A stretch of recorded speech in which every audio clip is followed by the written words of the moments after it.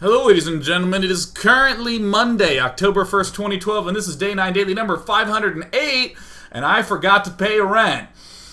But in today's Funday Monday, we ordinarily like to value things like education, learning, strategy, tactics, being a better gamer. No, not on Monday. On Monday, we like to dick around, hence why Funday Monday was born, and we imbued StarCraft 2 with to awesome, whereby people play our favorite beloved game under particular constraints such as today's. You may only attack with drops. Sure, flying units can fly their way on over, and that's great, but we want to see drop play. We want to see you lifting things up and plopping them down. Excellent. Now, let me begin this daily by cracking my neck. Ugh. Oh, yes. I will let you know what my goal of the daily is. Right now, there are about 7 major tournaments running and 2 other non-tournament related events, I believe. And Funday Monday. And I want to have more viewers than all of them to demonstrate to people that we don't play games to win. Play games to have fun. On Monday, the other 6 days of the week, it's about winning. And don't you forget, right? Right? Good. Anyone else hear the people really loudly having a conversation outside my window? She doesn't want to do her homework. Let me shut my window. Hold on. I have to,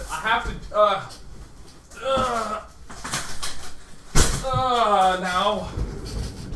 This is where it heats up in this room. This is where I have no circulation and 2 giant 500-watt floodlights in my room with all doors shut, all windows shut. I'm going to be baking and sweating, but that's no problem because few things say gaming like sweat, especially at Gamescom. Let's go ahead and talk about something that happened this weekend.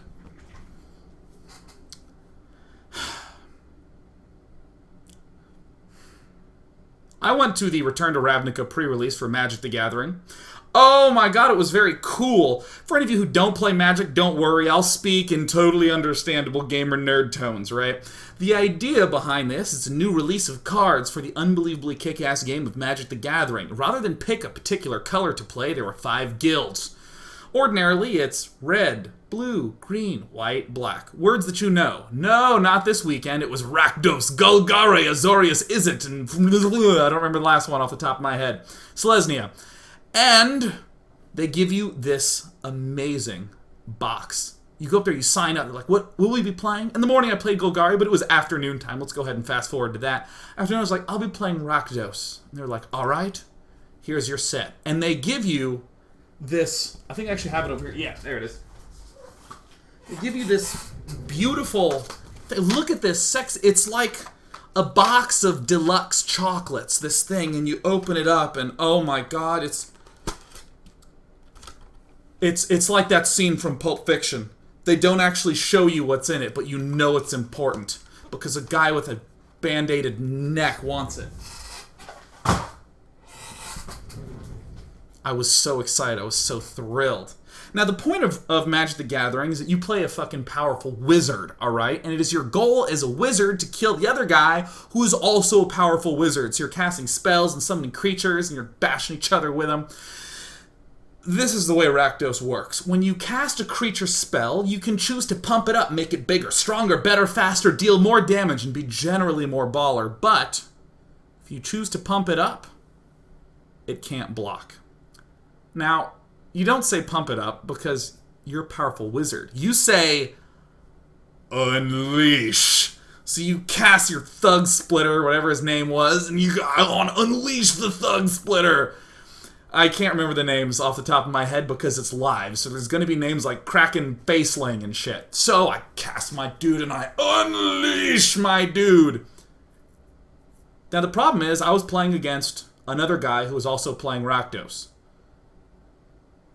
Do you already understand where this is going? So I'm like, all right, I play land, your turn. He's like, I play land, your turn. I play land, I can't do anything, your turn. I play land, cast a dude, unleash the dude! And I'm like, oh my god, he unleashed first.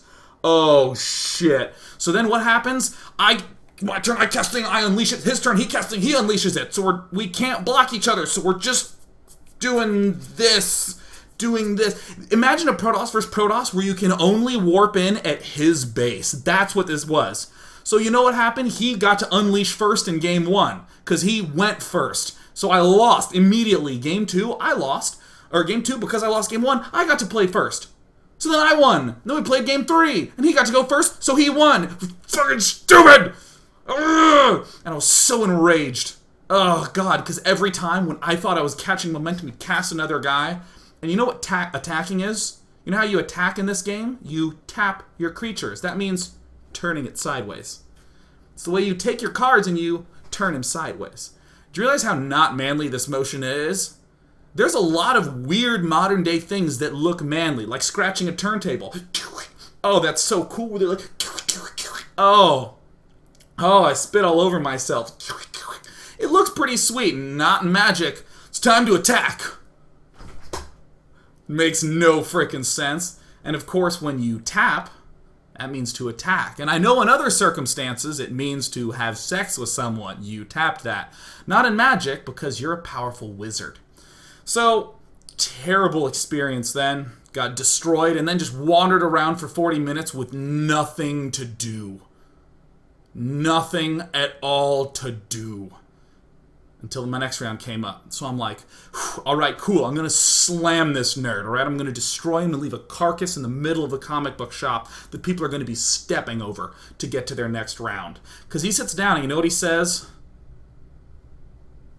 I haven't played this game in about 7 years, so if you could maybe help me with some of the rules, I'd really appreciate it. And I was like, no problem.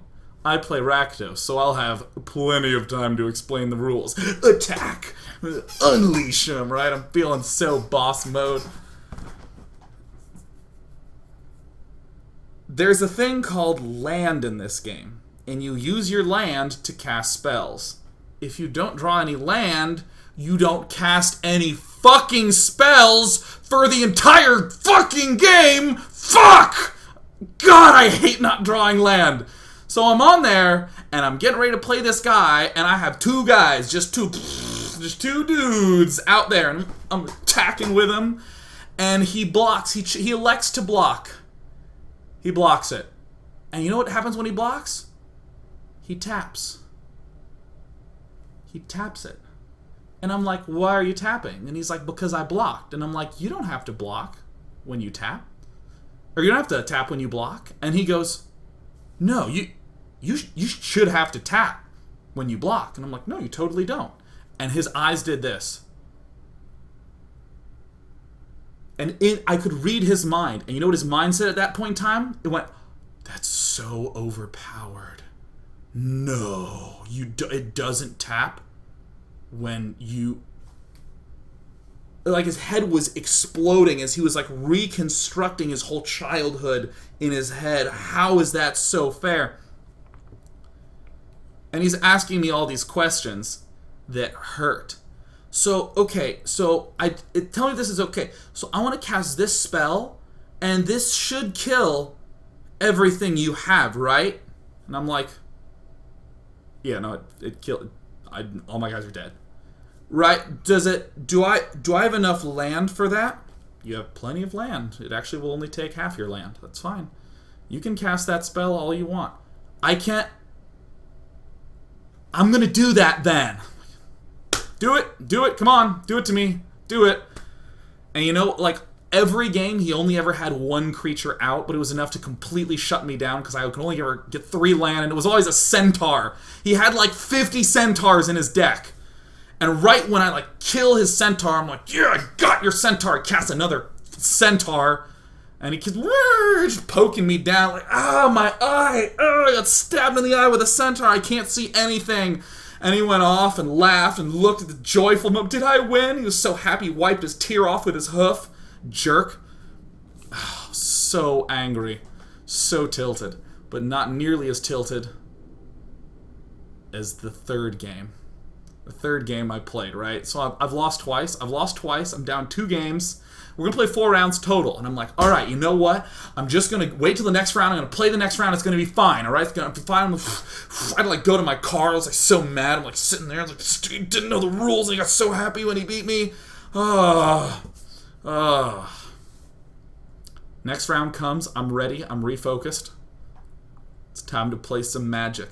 Sean Plott. Is there Sean Plott here? Right here. Representing Rakdos. Day 9 is in the house. You have a bye. Which means 2 things. It means exactly 2 things. On one hand, I don't get to play. On the other hand, I'm dead last in the tournament, so there's no one to play me.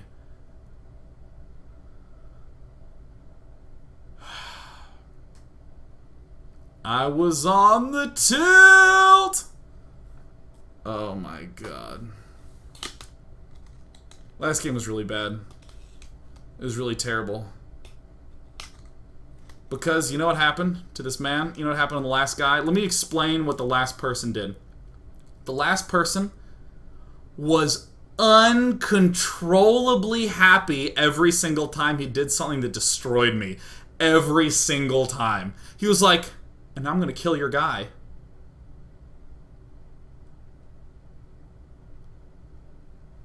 There was even moments when he was so happy he looked away. He was like... Let me explain to you the last one. Let me explain to you the last one that happened in this game. This is what happened. I'm feeling good. I cast my Mega Dude. Doesn't matter what he is, he's a Mega Dude. He casts a spell on it called Stab Wound that turns my Mega Dude into a barely alive dude, and it deals 2 damage to me at the start of each turn. And you know what happens? Nothing for 10 turns and I died. That was the whole game. I just sat there dying. That was the entire thing. I died, right? Just the Mega Dude came out, got stabbed, and then bled for 10 turns. As I drew nothing but fucking spells that require green mana! And all I had was mountains! I had like 9 mountains and a bleeding dude! And he sat there and he took so long on his turns. You know what my turn was? Draw.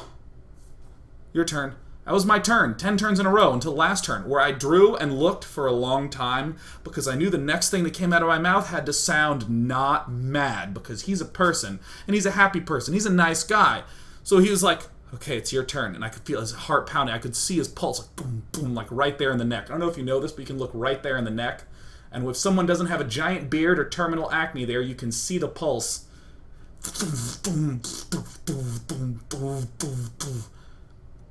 Are you doing anything? Okay, so I won, right? Great game, man. Great game. Shook his hand. Wanted to cry. Cried. My only win was a bye. And then Tristan won the whole draft. Vicarious living. Let's go ahead and hop into this wonderful game that we know and love called StarCraft 2. There we go. There we go. Now, let's introduce today's Funday Monday topic. Excellent.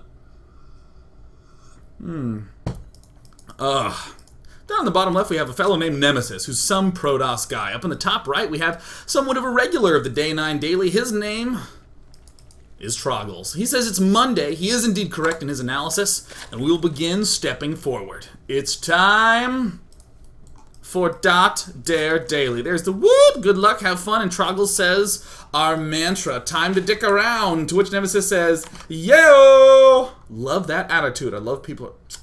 I'm on the ladder because I am training to become a professional StarCraft 2 player.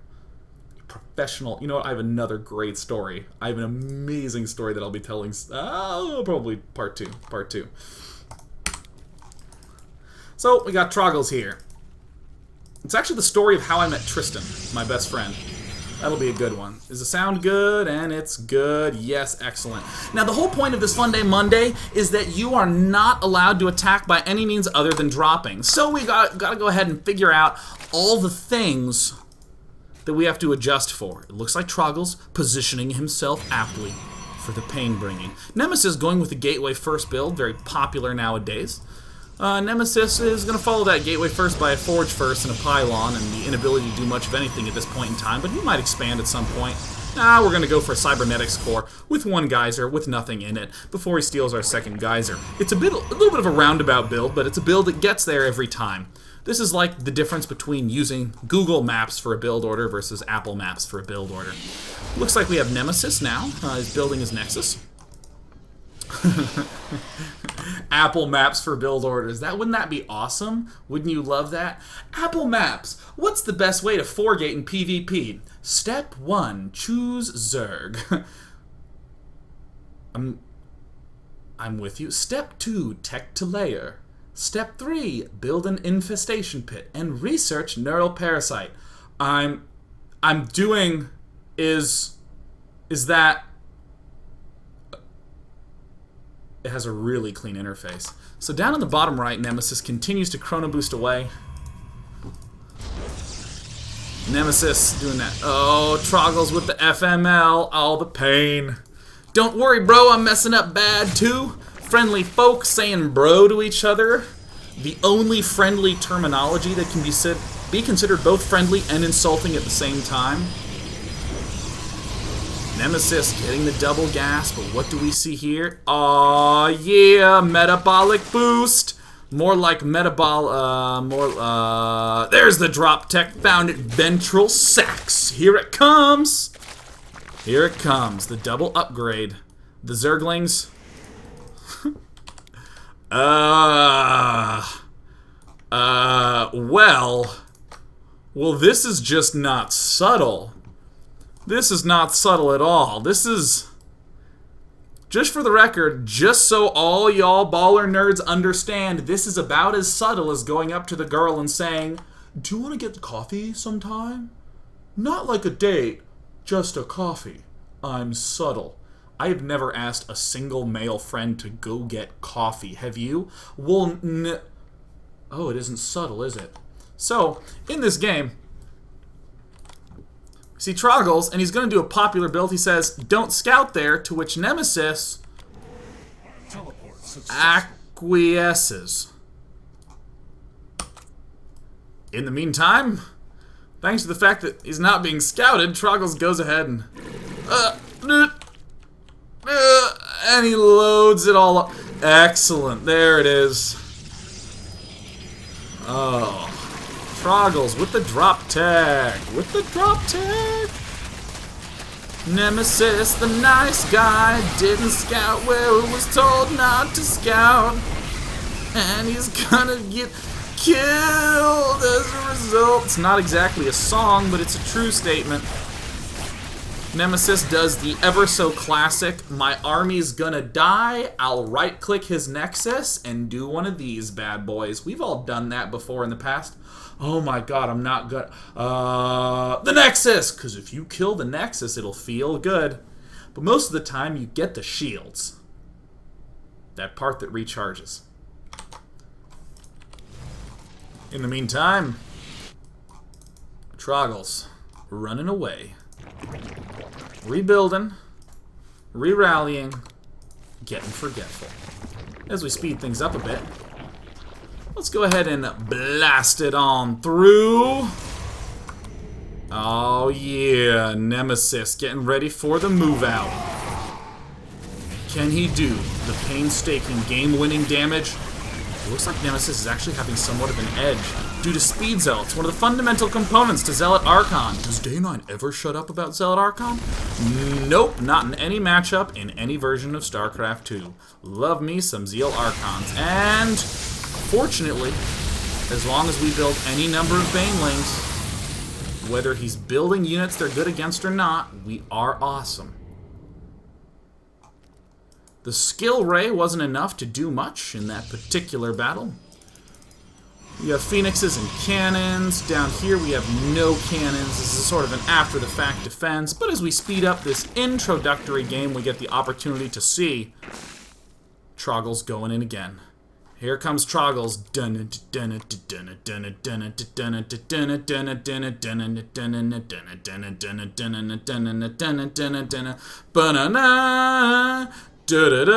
And it's time for the chat to take bets. 8 workers have been killed thus far by Troggles. What will this number be after the drop has occurred?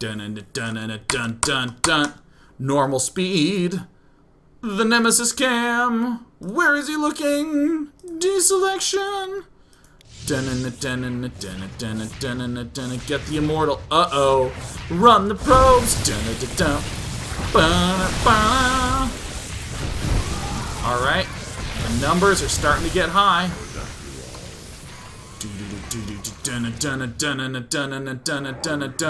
When I lose all my workers, I attack his main base because, well, they're already dead, aren't they? That's no longer his camera, but that's what we're looking at. And it says... And in the meantime, Nemesis is on the verge of death. However, when we're on the verge of death, we, Banelings. There we go. That's the best counter. The best counter to death is Banelings. Going over here, what's the best way to Baneling? How do you Baneling? Oh! Plug that hole, no problem. Can Nemesis plug? I'm not going to say plug that hole anymore. Oh, he does. A successful plug. However, Zerglings.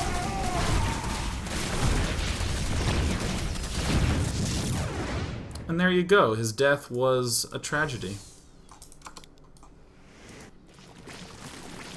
And it's only after the counter main attack dies that we begin to slowly rebuild probes, one at a time. Nemesis does his best with this one immortal. It's not good enough, and as if Baneling drops weren't awesome enough. Let's see another Baneling drop. Yeah, and I love when people are just like, sick. Well played, good game. How funny, how fun, how awesome, how dramatic. Because my Magic the Gathering story went on a little bit long, I want to give you just the game.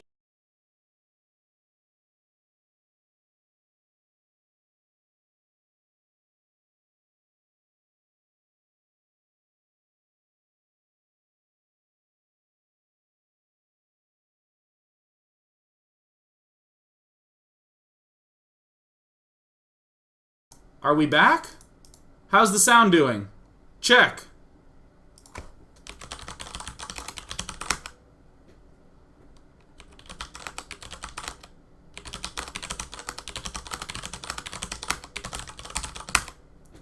Okay, we're back. Alright. I literally cleared the chat like 100 times. People were like, sound, sound, no sound, sound, the sound, the sound. There was no clarity. Because I feel bad about the fact that that Magic the Gathering story intruded upon our StarCraft 2-age. I want to show you a bonus match. I want to show you a match of bonuses. It's time to decide who's going to win this match. Both are doing the Funday Monday challenge. We got Dragoon Red playing amazingly as Red and FX Dream. Time for them to do the Funday Mondaying. What is going to happen, huh? What's gonna happen? Maybe you'll get picked, he says. Indeedy do. Will Zerg, with his Baneling drop ability, be enough to defeat the Terran with Medevacing drop ability? Notice, I may as well have just said, he's Terran.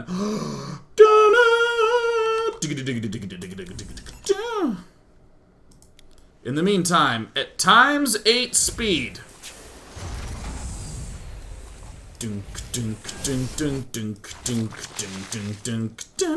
Dragoon Red. Now, one thing I'll note, both of them announced to one another that they're going to be Funday Monday. If my opponent was going drop only, I would quadruple expand 100% of the time. Quadruple expand, ring base with turrets, then build barracks 1. Why not? What's he going to do? Attack your front? I f***ing bet. Alright, so FX Dream does the usual thing, build barracks units and get medevacs pretty quickly, but meanwhile, Dragoon Red has some Baneling drops coming up. Baneling drop theory. He's taken another expand. They're playing a little bit too ordinarily, a little bit too predictably. Can they kick it up into high gear? And He's got 5. And well, sounds like something good happened. 20 workers killed by Dragoon Red. So far, so good.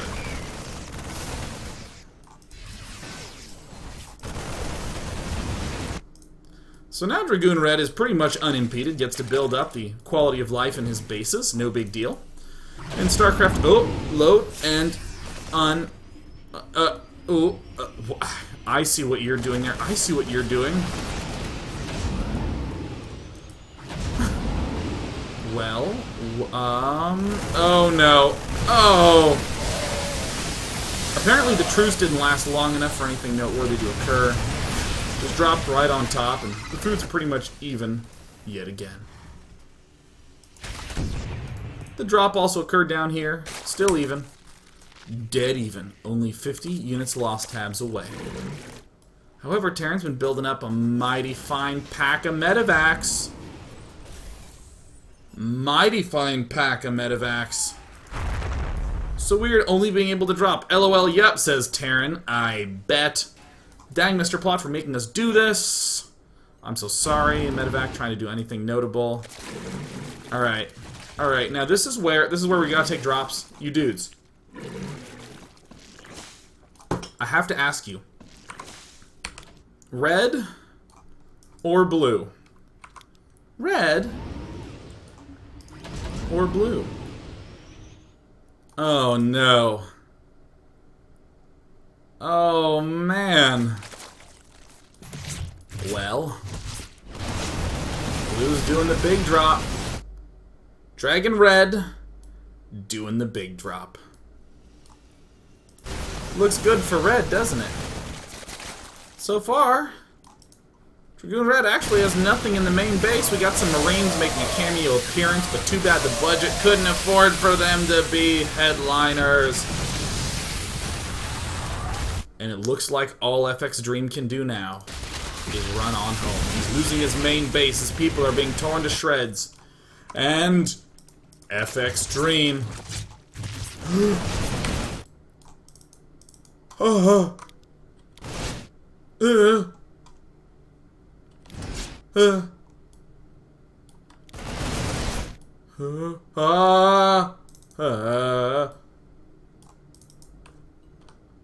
don't know if you've ever seen a video of a person almost get hit by a train, but my friend linked me to one of those videos, and right as the train was about to maybe hit her, I lost internet connection. So the little YouTube thing was just like doing this, and I was like, and then it would get a few more frames, and it'd be like,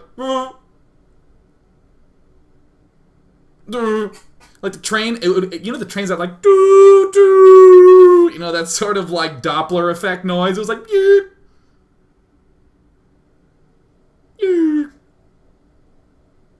And I was like,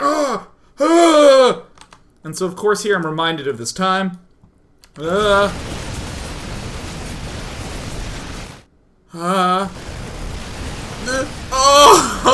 God! Oh God! Oh!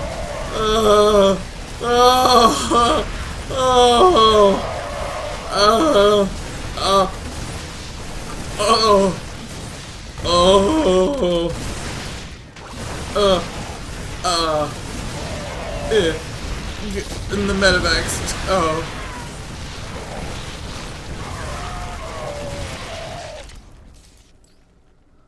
I don't know how this guy got here, but he's the true veteran of the battle. Oh God. And every Terran player in chat is cringing, and all the Zergs are like, yeah, take it. And in the meantime, I want you to see yet again the unthinkable. Before you say, Zerg OP, let's watch as this giant pack of roaches is unable to even kill most of this Marine Marauder force. Alright, we're evening it up. Evening it up. Pretty even in the units lost tab. Except FXO Dream is expanding all around yonder like a boss. No problem.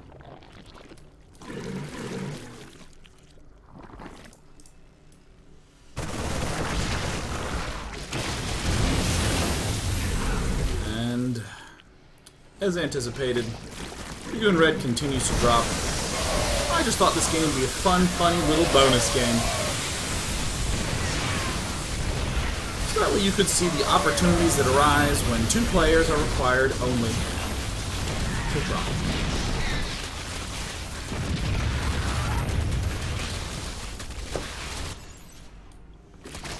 Pretty good.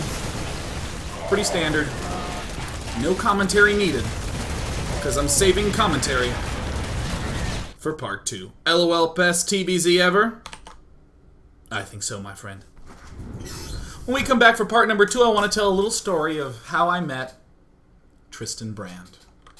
See you in a moment. See you soon.